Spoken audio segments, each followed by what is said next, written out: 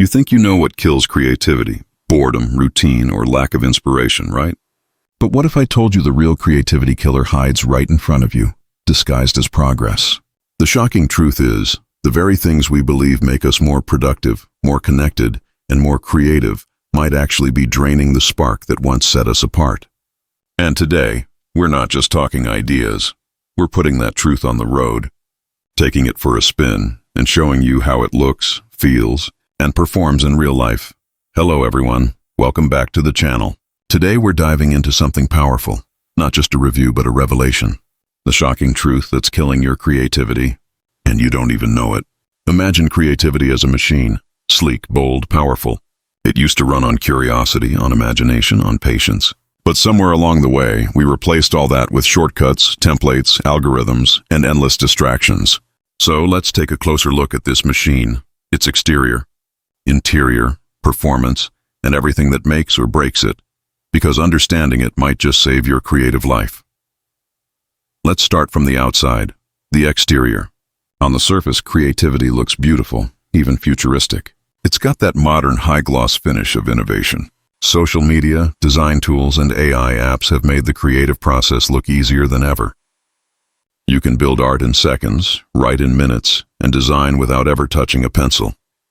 It's like a luxury car with a flawless paint job and LED lights that dazzle from every angle. It gives the impression of perfection, streamlined, quick, efficient.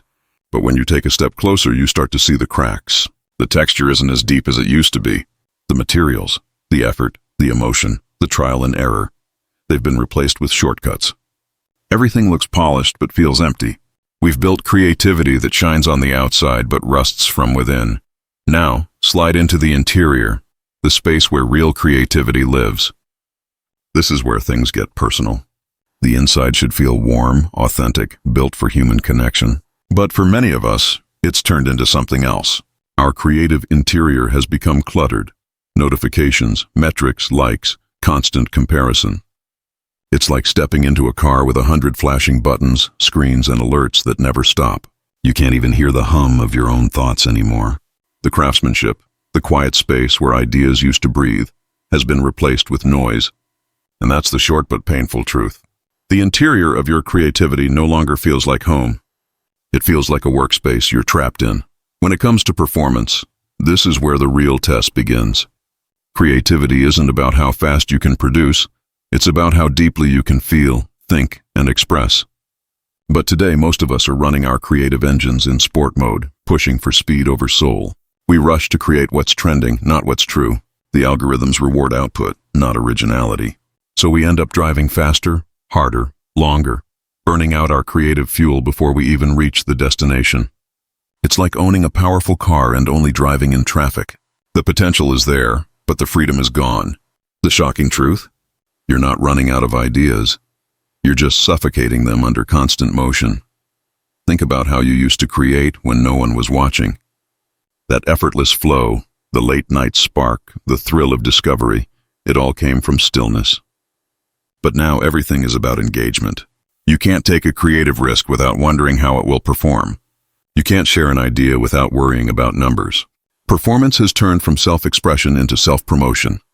And that shift, and that subtle change from "what do I feel" to "what will they like" is the exact moment creativity dies a little.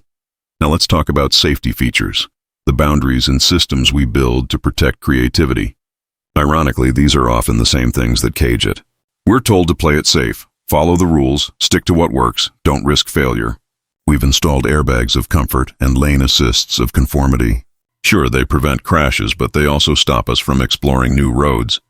Creativity isn't meant to be safe. It's meant to be dangerous, unpredictable, alive. But we've built a creative culture that fears mistakes more than mediocrity. We'd rather stay in the slow lane than risk a detour that could change everything. This obsession with safety kills innovation. You can't invent if you're always protecting yourself from failure. Every creative breakthrough in history, from music to tech to art, came from someone who ignored the warning lights. They drove off the mapped route and found something new. But today we've been trained to avoid that. We look for pre-approved templates, predictable paths, and proven formulas. The shocking truth? The safer your creative world becomes, the smaller it gets. Now, Let's look at the unique selling points. What used to make creativity so powerful and irresistible? Originality, emotion, curiosity, risk.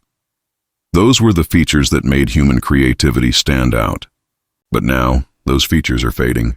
We've traded originality for optimization, emotion for efficiency, curiosity for convenience. Our creative process has been automated, our voice standardized, our imagination streamlined. It's like every car on the road starts looking the same. Same curves, same color, same design. You can't tell one from another anymore. Creativity has lost its fingerprint. But here's the paradox. In a world where everyone's trying to stand out, the real advantage is being real. Authentic creativity still turns heads. Raw ideas still stop people mid-scroll. It's just that fewer people are willing to go there, to create something that isn't polished, that might fail, that might be misunderstood. That's why genuine creativity feels so rare now. Because it takes courage to be different in a world that punishes difference. And that courage, my friend, is your new unique selling point. Let's move on to price, because creativity has one, and it's not cheap. The cost of true creativity is time, patience, solitude, and vulnerability. But we don't like paying that anymore. We want it fast. We want results instantly. So we take the shortcuts. We use AI, filters, pre-made ideas, anything to avoid the discomfort of creating from scratch. And just like that, we trade depth for convenience.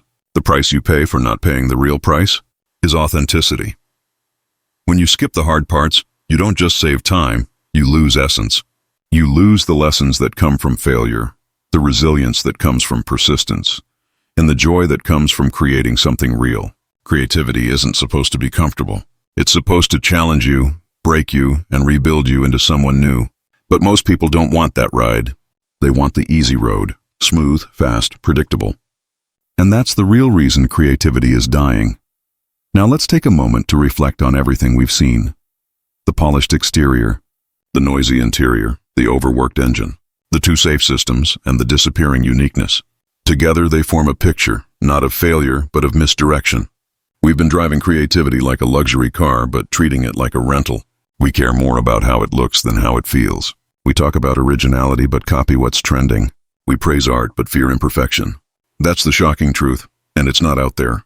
It's in how we've redefined what creativity means. The real fix doesn't come from throwing away your tools or deleting your apps. It comes from remembering why you started creating in the first place. Before the pressure, before the likes, before the noise. Go back there. Creativity isn't something you find. It's something you protect. Protect it by giving it time. Protect it by embracing boredom. Protect it by being willing to make something terrible before you make something great. The next time you sit down to create, don't think about performance or safety or perfection. Think about truth.